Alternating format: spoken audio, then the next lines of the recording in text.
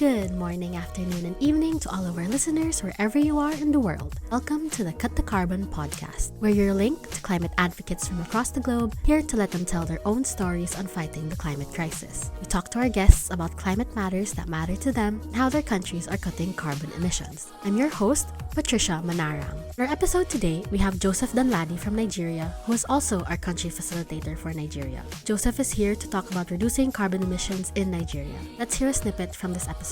Nigerian economy is heavily dependent on oil and gas revenue, which will complicate the ability to fully transition to low carbon alternatives. This creates a conflict of interest between the economic goals and the climate. If you'd like to support this podcast and cut the carbon, don't forget to subscribe to our channels and follow us on our socials, which can be found in the description. This interview has been edited for clarity purposes. Some audio issues may arise due to connectivity problems. Hello, Joseph. Can you introduce yourself to our listeners and tell us what you do? Hi everyone, hope I find you well. My name is Joseph Danladi from Nigeria. I'm a climate activist. I volunteer with Eco Clean Active Initiative and other NGOs from Africa and around the world. I'm a graduate of biotechnology from Modibo Adaba University of Technology. So like here, I specialize in advocating for climate justice. At the same time, I'm also a climate educator. I go to schools to educate youth about climate change, because I feel it is very important that the youth who are coming are being filled with the consciousness of taking care of our environment. And I focus on adaptation and resilience in Africa. I'm committed to amplifying my voices, fostering international unity, and also securing adaptation finance for vulnerable communities. I engage in public speaking and panel discussion to tackle pressing issues like the peace, security, development, and also building a powerful movement for climate justice, combining strategic insight, passion, impactful change. Thank you for that, Joseph. To start, can you talk about the specific effects or impacts climate change has on Nigeria? Has there been anything happening recently that hasn't happened before? Climate change has been affecting Nigeria in multiple ways. Now, here are some of the specific points that we have been facing recently, like increase in flooding. Nigeria has always experienced seasonal flooding, but the frequency and the intensity have increased significantly. For example, in 2022, Nigeria experienced its worst flooding in a decade. It affects over 3 million people and displacing over 1.4 million people, which results in over 600 deaths. Now, the timing and the scale of flooding have become more unpredictable in Nigeria. Previously, we have some signs, some early warning signs, when the floods will come, but this time around, it is unexpected, it is intense, and it's happening outside traditional rains. Now, the other specific issue we are facing here is desertification and drought. In northern regions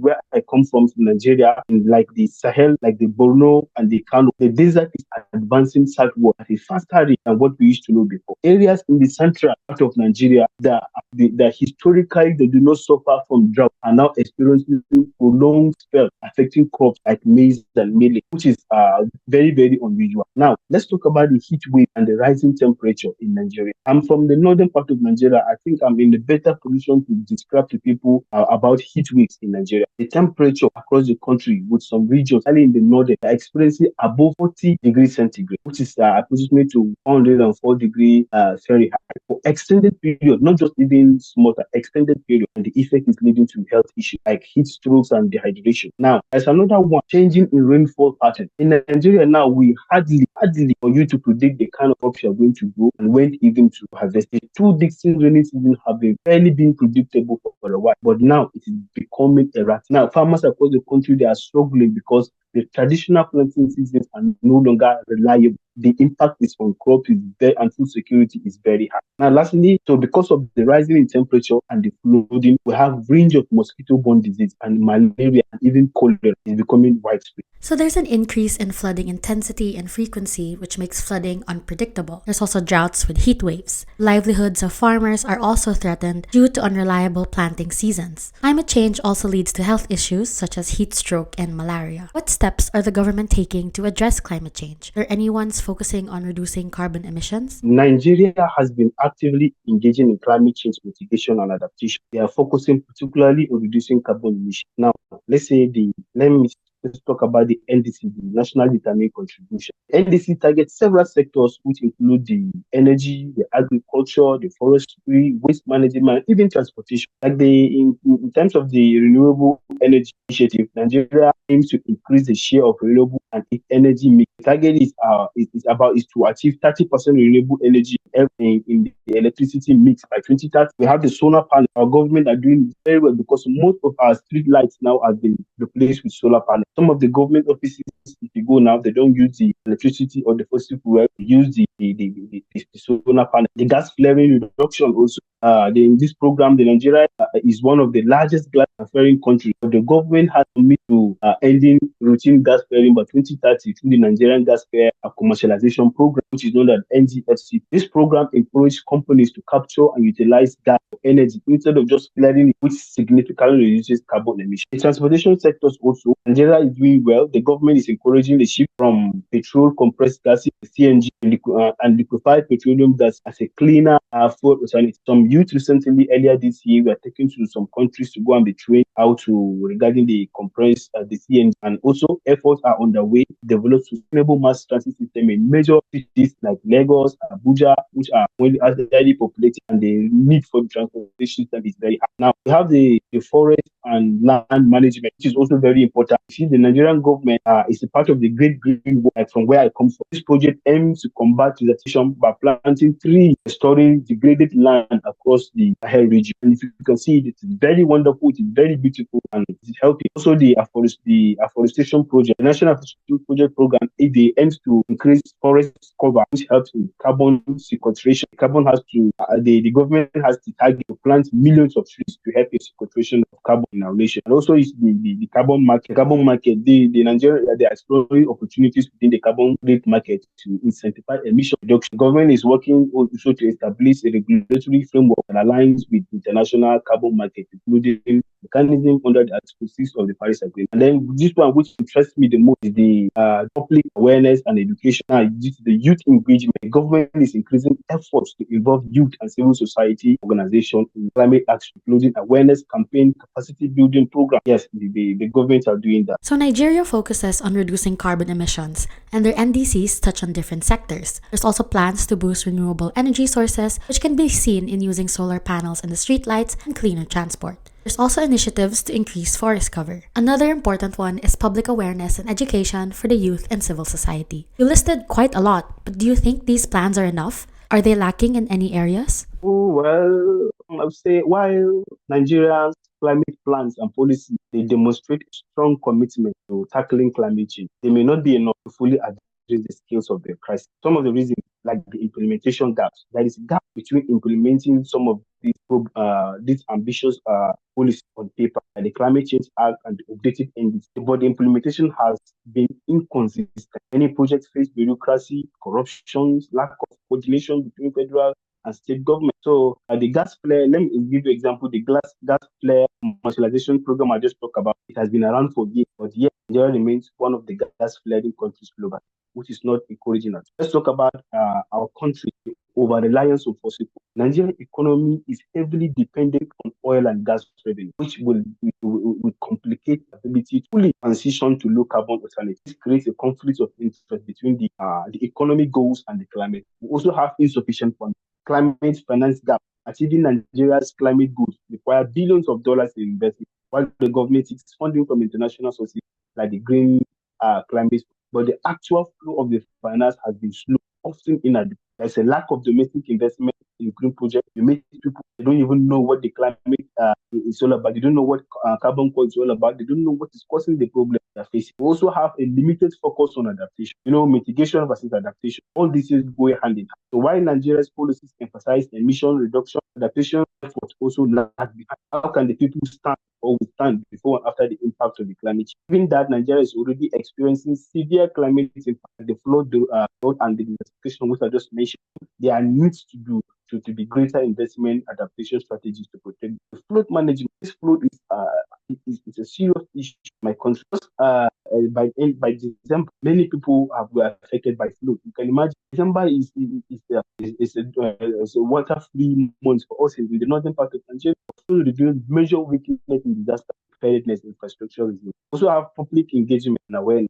People don't know what's going on. The government will go to court, will go to bond, go to some of these programs, but they don't come back and tell us what is happening. Climate change isn't a mystery topic for many Nigerians, especially outside urban areas. They don't know what is happening. So without strong public engagement, there's limited pressure on government industries to act successfully. That youth involvement. Some of us, we are being deprived the right to go into decision making. While the government has become involved, they have begun involving some of the youth in climate decisions. More robust grassroots movement and youth initiatives are needed to push accountability. Because I used to tell my friends that the truth is that we have to carry our own chair and go and sit in the decision making table together with. Because this thing we know what is happening. So this is it. I also believe a stronger implementation mechanism or some things are some of the things I need to do. Thank you so much. You mentioned the gap between policy and implementation due to factors such as corruption, etc. There's also Nigeria's finance gap and a lack of domestic investment in green projects. Additionally, adaptation is not as prioritized as mitigation. You also mentioned that there's a lack of transparency from public engagement, and you also want more robust grassroots movements and youth initiatives. Can you talk more about what you think Nigeria's government should focus on? And also, there are some aspects of climate change that I may also want that my government to focus. One crucial aspect of climate change movement deserves more focus in climate adaptation and resilience, especially in vulnerable regions like Nigeria and part of Africa, is climate adaptation. Much of the climate conversation centers on mitigation, reducing carbon emission. Adaptation in its own, preparing for and adjusting the climate impact of the climate change. This is equally critical, especially for countries already experiencing their climate disruption. See, Africa is already feeling the impact. Countries like Nigeria are facing flood, drought, desertification, and what have you. Even food insecurity, and even climate change is gradually affecting the food we eat. Because I was with some people, there is this local beer that they usually brew. They realized about a month keeps getting sour in a particular place, but in different places. So I became so curious and I asked them what's going on. And they say it's weather. It's weather. I realized it cannot just be weather; it must be climate change. This thing needs to be like that. So while reducing its emission is vital, so these communities also need immediate support to adapt to some of this reality. Adaptation is livelihood. Investing in early warning signings, like I said before, climate reducing agriculture. I know government will usually come and tell you there's going to be the dam will be open soon. People that are staying by the river bank, you should please relocate. We'll provide this temporary place for you to stay. After the flooding, you can come back. You see, all those means they significantly reduce loss of life and economic damage. Adaptation they also measures to take vulnerable populations, especially farmers and fish folk, as I just mentioned. It's also adaptation finance is lacking. So without the adaptation finance, I don't know how we can even cut the carbon. I don't know how we can sequester the carbon into the earth. I don't know how people can plant the tree. Okay, so globally, only a small fraction of this climate finance is allocated to adaptation. And even less reaches the community. There is a growing need to double adaptation finance and make sure that the funds are accessible, transparent to and equally distributed to people. Also, building resilience to strengthen this community, focusing on adaptation, it promotes community-led solutions, transitional knowledge, and service. So it fosters resilience, not just climate impact, but also economic shock. So I was in school, I was teaching the children, and I was trying to tell them, what did you breathe in? They say oxygen. What did you bring out? This carbon dioxide. I say, where does it go? Does it come from? In that community we went to, most of the houses, most of the streets, they don't have trees. You can imagine they still using firewood to cook. So I was trying to let them know this oxygen you breathe out, with this help of this tree, it helps reduce this carbon dioxide that we release. So for countries like Nigeria, that fossil fuels play a big economic role. Focusing on adaptation that allows for climate action, that immediate threatening livelihood. So thank you so much. Let me know.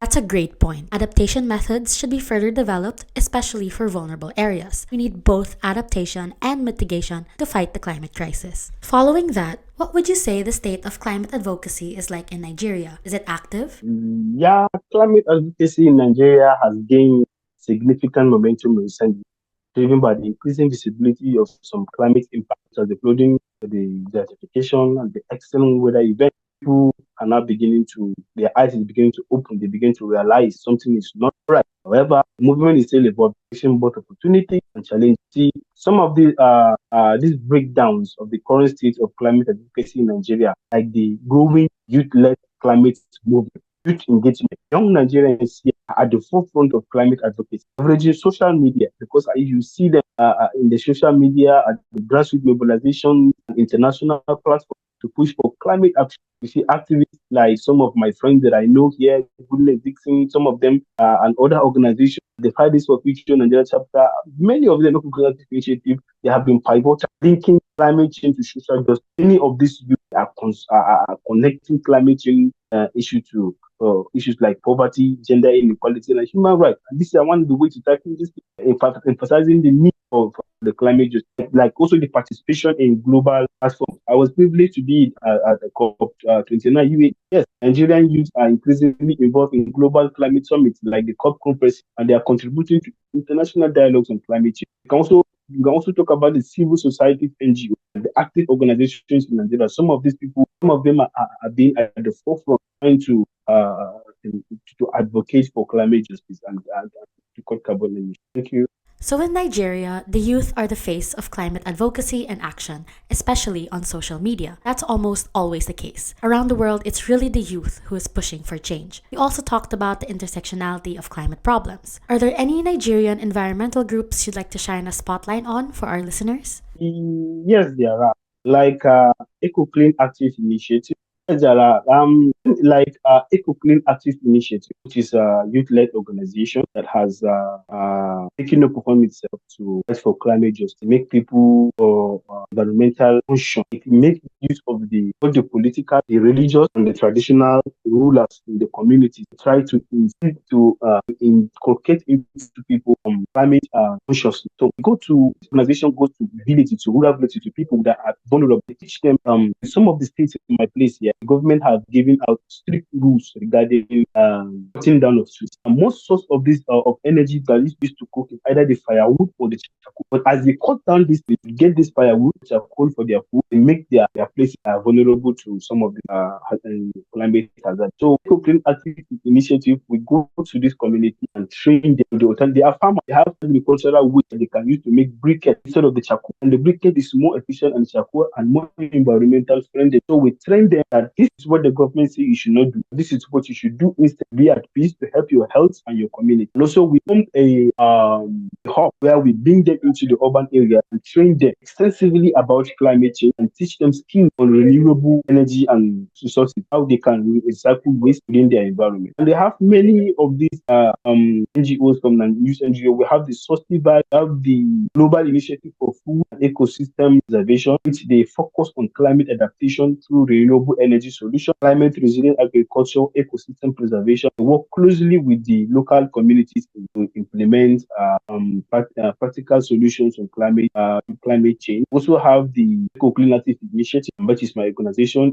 They are actively involved in environmental education, community mobilization, climate advocacy, and initiatives like commemorating World Wetland Days, World Climate Start Days, and all these things we do. And we do it also to promote peaceful coexistence within society. Thank you. Thank you so much, Joseph. It was a joy getting to talk to you and learn more about Nigeria and climate change. What a fascinating episode. We talked to Joseph Danladi from Nigeria about what the government is doing to reduce carbon emissions and what further steps they can take. Let us know your thoughts about this episode in the comments or through our social media. We'd love to start a discussion with you about today's episode. In our next episode, we talked to Tafadzwa Korotwi from Zimbabwe about challenges to decarbonization. So keep your ears peeled for that. You can subscribe to this podcast on Spotify, YouTube, and SoundCloud. Follow our Instagram at cut.thecarbon, our Blue Sky at cutthecarbon.bsky.social, and our LinkedIn Cut the Carbon. Visit our website cutthecarbon.eco to learn more about us. Thank you for tuning in. Never forget that the climate crisis isn't fought alone or through only one way. Bye. See you next time.